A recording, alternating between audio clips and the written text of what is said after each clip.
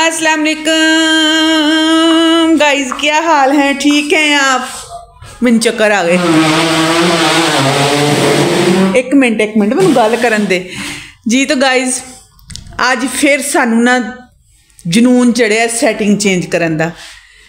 दरअसल ना मैं मैट्रस नवा लिया अपने बेटे वास्ते, सोने जे पुत्र नासर वास्ते। मैट्रस नवा लैन तो बाद ना हुण जिहड़ा पहले वाला मैट्रस सी उन्होंने वेचण नूं दिल नहीं करदा पिया मेरा। मैं क्या हुण ना उनकी सैटिंग बनावां। इत्थे पहले मंजे पे सी ना, मैं क्या इत्थे सैटिंग बना लवां। तो हुण ना आपां सैटिंग जिहड़ी इहदी शुरू करदे हैं।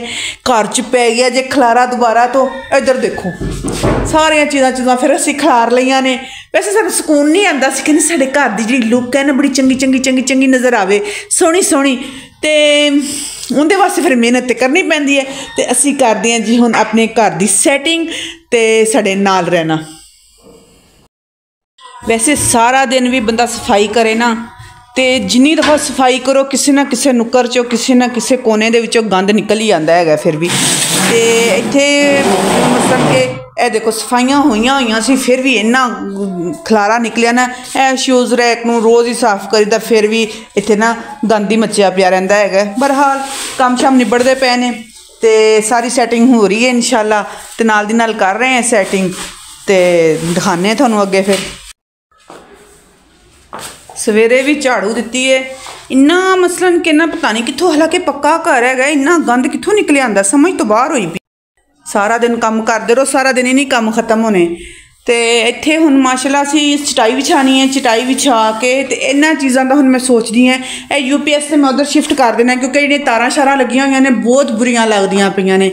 इन्हां तारां नूं मैं कवर करना है, ये नहीं होनियां चाहिदियां इत्थे, क्योंकि मैं खुद लगवाइयां सी जदों मैं इस मकान शिफ्ट हुई सी। पहले वाली तार बस सही लगी हुई सी, तो यह वालियां जिहड़ियां तारां ने यह मैं खुद लगवाइयां ने।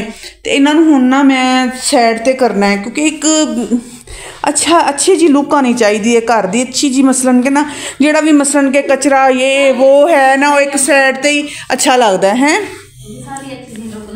हाँ नहीं आ जाएगी क्यों नहीं आएगी, इंशाल्लाह आएगी साड़ी भी अच्छी जी लुक। तो ए मेरे को तकिए पे हुए सीगे, तो ए मैं कढ़ लेने बाहर। एक हफ्ता तो अच्छी आती है, फिर हफ्ते के बाद फिर हमें बुरी लगनी। हाँ एक हफ्ता ही सन चंगी लगती है, सिर्फ सानू आराम नहीं ना आंदा। कहने साडे घर की ना लोकेशन चेंज लगती रहे। ए तकिए मैं कढ़ लेने, ये भी उपर रखांगे, फिर एवें टेक लग के बवांगे जी, एवें टेक लग के ठीक हो गया। तो देखते हैं हुण बाकी का काम नबेड़ते, नाल दी नाल तुहानूं अपडेट भी दिंदे पे हैं जी। तो भैन भराओ साह मेरा चढ़ गया जे। असीं दोनों ने जोर शोर ला के, क्योंकि स्प्रिंग वाला गद्दा है, बड़ी मुश्किल दे नाल ना असीं इहनूं सैट कीता है। ते हुण इहदे उत्ते बिछावांगे जी की कहंदे ने चादरां वगैरह, इहदी सैटिंग करदे हैं। ये वाला मैट्रस है, ये वाला। तो बहरहाल सैटिंग जारी है साडी, साडे नाल जुड़े रहना। जिमें जिमें नवीं अपडेट आती जाएगी, खबरों तरह तुहानूं नवीं अपडेट दिंदी जावांगे। हैं ये मिट्टी नहीं ये फोम दा ना। हाँ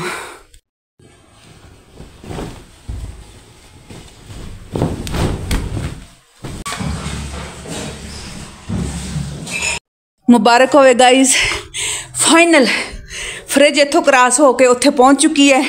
स्टैप बाय स्टैप काम हुंदे पे ने, स्टैप बाय स्टैप। ते हाँ दो जानियां अकेलियां किधर मरिए तो जाइए। लो जी यह तो काम हो गया फाइनल। इनू हुण सैट करते हैं पहले फ्रिज नूं जी। तो गाइज मेरे भैन भरावो, तो यह मसन के असीं इत्थे बिछाया, हजे उत्ते चादर बिछानी है। टेबल इत्थे रख दी है, चारपाई मैंने कॉर्नर च रखनी सी, लेकिन यह तारां की वजह तो मैं ना चारपाई कॉर्नर च नहीं कर रही। तो इंशाल्लाह मैं चारपाई कॉर्नर च करांगी, इस वास्ते कि इत्थे बुरी लग रही है। लेकिन इन्हां तारां की वजह तो मैंने ना यह चारपाई इत्थे फिलहाल रखनी पेगी। तो टेबल तो कुर्सियाँ इत्थे मैं दरम्यान च फिक्स कर दी हैं। तो थक भी बहुत ज़्यादा गए हैं। तो किचन का तुहानूं दिखाइए। हाँ स्टैपलाइजर हजे रखना है। तो इत्थे मैं फ्रिज ही रख दी है खिड़की के सामने। तो इस जगह ते बर्फ़ साड़ी पई हुई सी, हजे तक फ्रिज दे विच बर्फ़ इस्तेमाल तो हुंदी कोई नहीं। मैं क्या इनू भी हुण ना ज़ाया कर दी है बर्फ़ नू। ते बाकी जिहड़े है काम वगैरह वो ना चल रहे हैं नाल दी नाल। ए मेरे पीजे दी आर्गेनो जिहड़ी मैं पीजे च डालदी हुंदी इहनूं भी इत्थे रख दिंदे आ। जिहड़ी मैं टोकरी बनाई सी इहदे विच ते जग भी मैं कढ लिया अपना अपना इलैक्ट्रॉनिक जग ते इहदे चाय वगैरह बनाई दी है। तुहानूं पता ही है गैस की सूरत हाल जो भी है। ये पेटी च पिया होया सी मैं कहा इहनूं ते कड्ढीए ना इहदा हुण इहनूं हुण कम लगाना इहदी जरूरत हैगी है। कल मैं मलाई जमा के रखी सी इहदी हजे दही बनानी है। दही की सॉरी मक्खन बनाना है फिर इक्को वारी ना देसी घी बना के रखांगी। बहुत ज़्यादा थकन हो गई सी। तुहानूं पता ना जो घर दे विच बंदा सैटिंग चेंज करदा है ना तो इंसान नूं बड़ी ज़्यादा थकन हो जाती है। तो मैनूं इत्थे भुख लगी सी मैं कहा चलो एक ब्रैड खा लवां। उस तो बाद फिर ना जिहड़ा तुहानूं मैं दिखाया ना कि मैं दही जमा के रखी सी मलाई दी उनदी फिर ना मैं बनावांगी लस्सी कड़ी ये सारा समान। मुंडे नूं फ़ोन किया होया बिजली वाले नूं भी बेटा तू आके ना मैनूं ना जिहड़ा बोर्ड हैगा ना वो चेंज कर दे। तो इंशाल्लाह मैं जिवें बोर्ड चेंज करके दिंदा है तो मैं तुहानूं नाल दी नाल सारी सैटिंग दिखावांगी। अज इंशाल्लाह सर्दी भी मैनूं लगदी पई सीगी ते ओह ना थकावट दी वजह जरा सर्दी भी लगन लग पई। मैं रजाई च बह के फिर ना हुण मैं कहा चलो थोड़ा जिहा ना ब्रैड श्रैड खा लीए ते इंजॉय कर लीए थोड़ी जी। तुसीं भी फिर नाल जुड़े रहना है मेरे, तुसीं नाल जुड़े रहना, जाना नहीं हैगा छड्ड के, ठीक हो गया। तो तुहानूं पता है ना फिर जो तुसीं चले जाओगे तो फिर मैं किहनूं दिखावांगी ये वीडियो। अच्छा तो मेरे भैन भराओ मैं तुहानूं ये दसदी पई सी कि औरत जिहड़ी है ना सारे घर दे काम करदी है, सारे घर नूं बना के रखदी है, सारे घर नूं जोड़ के रखदी है। कितनी मेहनत मुशक्कत करदी है अपने घर वास्ते। किन्ना मसलन के ना वो थोड़ा जिहा भी घर दा कोई रूटीन कोई सैटिंग इधर उधर हो जाए ना तो वो कहती है कि मैं अपने घर नूं ना भी यानी कि बड़े मसलन के प्यार नाल सजा के रखदी है। तो अगर कोई बंदा तो कह दे ना अपना घर वाला ही कह दे या सस कह दे सौहरा कह दे भी माशाअल्लाह भी मेरी नूंह है मेरी धी है बड़े घर नूं बड़ा संभाल के रखदे, दिल बड़ा खुश हो जाता है। एवें दिल एडा वड्डा हो जाता है सुन के। तो इत्थे फिर ना मैं तुहानूं देखदे पिओ जिवें मक्खन मैं कढ लिया है माशाअल्लाह। तो इहदा हुण मैं बनावांगी देसी घ्यो। पिछलियां वीडियो च तुहानूं दिखाया सी ना मैं कि पहले भी मैं मक्खन बनाया सी लेकिन ना मैं मक्खन रख लिया सीगा फ्रिज दे विच इह वाला। तो इहनूं भी हुण मैं इहदे विच ही डाल के तो इनू भी घ्यो बना लेने हैं ताकि ना फिर बच्चे सारे सर्दियाँ खाते रहन। तो कुछ मैं सेल कर दाँगी तो ज़्यादा ही घ्यो बन जाना है कोई किलो का ना मैं ये तकरीबन 3 किलो घ्यो बनना है मेरा तकरीबन 3 किलो के नज़दीक मैं तुहानूं दिखावांगी जो तैयार हो जाएगा ना घ्यो। हुण मैं बस पक्कन वास्ते रखदी पई है लेकिन गैस की सूरत हाल जी ना साड़ी बड़ी खराब हैगी। पहले तो हवा ही पास हो जाएगी इधर देखो तो सिर्फ ना शूं शूं की आवाज़ ही आती जाएगी।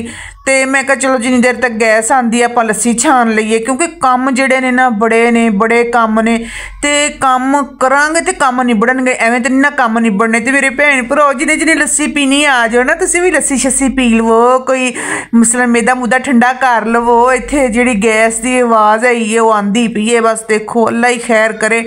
बहरहाल मैं क्या लस्सी छानी है देखो मक्खन थल्ले किन्ना चिंबड़िया पिया है। तो इहदी फिर ना मैं हुण कड़ी बना लाँगी।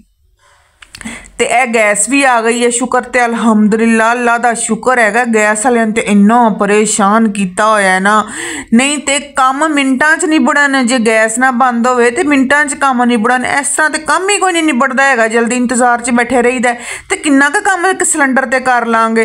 बहरहाल इधर पानी भी गर्म करने वास्ते रख दिता कि जाके ना चाटी चुटी जल्दी धो लीए ना फिर ना इन्हों धो के रख देंगे गर्म पानी के नाल। चिकनाई वाले बर्तन ने गर्म पानी नाल धोवांगे तो सही तरीके नाल धुलणगे ना। तो मैं हुण नाल ही मैं क्या कड़ी भी पकनी रख दी है जी लगदे हथ सारे काम नबेड़ लेने ने। हुण तुहानूं पता है ना कि जो किचन च वड़े हैं तो किचन नूं नबेड़ के ही निकलांगे एवें तो निकलना कोई नहीं किचन दे विचों। तो यह देखो माशाअल्लाह इत्थे मेरा घ्यो भी तैयार हुंदा पिया है। देखदे पे ना पतीला मेरा भरिया पिया है माशाअल्लाह मक्खन दे नाल। देखदे किन्ना क मेरा घ्यो निकलदा इहदे विचों। लस्सी तो इहदे च है कोई नहीं सी सिर्फ मक्खन सी क्योंकि अच्छी तरीके नाल इंच निचोड़ के लस्सी कड्ढी सी। तो ये ਇਹ ਹੁਣ ਅੱਛਾ ਜਿਹਾ ਮੱਖਣ ਤਿਆਰ ਹੋ ਜਾਏਗਾ। ਇੱਧਰ ਪਕੌੜਿਆਂ ਦਾ ਸਮਾਨ ਵੀ ਤਿਆਰ ਹੁੰਦਾ ਪਿਆ, ਕੜੀ ਵੀ ਤਿਆਰ ਹੁੰਦੀ ਪਈ, ਮਸਾਲੇ ਵੀ ਭੁੰਨਦੇ ਪਏ ਨੇ, ਸਾਰੇ ਹੀ ਕੰਮ ਤੁਹਾਡੀ ਬਾਜੀ ਨਿਬੇੜਦੀ ਪਈ ਹੈ। ਦੇਖੋ ਤਾਂ ਸਹੀ ਤੁਹਾਡੀ ਬਾਜੀ ਦੀਆਂ ਸਪੀਡਾਂ ਜ਼ਰਾ ਚੈੱਕ ਕਰੋ ਆਪਣੀ ਦੀਆਂ। ਤੁਹਾਡੀ ਬਾਜੀ ਮਾਸ਼ਾਅੱਲਾ ਕੋਈ ਕੰਮ ਵੀ ਜਿਹੜਾ ਨਾ ਨਹੀਂ ਅਧੂਰਾ ਛੱਡਦੀ। ਬਸ ਜ਼ਰਾ ਤਾਰੀਫ ਕਰ ਦਿਆ ਕਰੋ ਆਪਣੀ ਬਾਜੀ ਦੀ ਕਿ ਬਾਜੀ ਤੁਸੀਂ ਬੜਾ ਚੰਗਾ ਕੰਮ ਕਰਦੇ ਹੈਗੇ ਹੋ। ਤੇ ਮੈਂ ਆਪਣੇ ਘਰ ਵਾਲਿਆਂ ਨੂੰ ਵੀ ਦਰਖਾਸਤ ਕਰਦੀ ਹਾਂ ਕਿ ਜ਼ਰਾ ਮੇਰੇ ਤੇ ਨਾ ਗੌਰ ਕਰਨ ਵੀ ਕਿੰਨਾ ਕੁ ਮੈਂ ਮਾਸ਼ਾਅੱਲਾ ਕੰਮ ਕਰਦੀ ਹੈਗੀ ਹਾਂ, ਤੇ ਜ਼ਰਾ ਮੈਂ ਤਾਰੀਫ ਸ਼ਰੀਫ ਕਰ ਦਿਆ ਕਰਨ। ਤੇ ਲਓ ਜੀ ਇੱਥੇ ਹੁਣ ਕੜੀ ਜਿਹੜੀ ਹੈਗੀ ਨਾ ਉਹ ਪੱਕਣ ਨੇ ਰੱਖ ਦਿੱਤੀ। ਘਿਓ ਤਕਰੀਬਨ ਮੇਰਾ ਪੱਕ ਚੁੱਕਿਆ ਹੈਗਾ।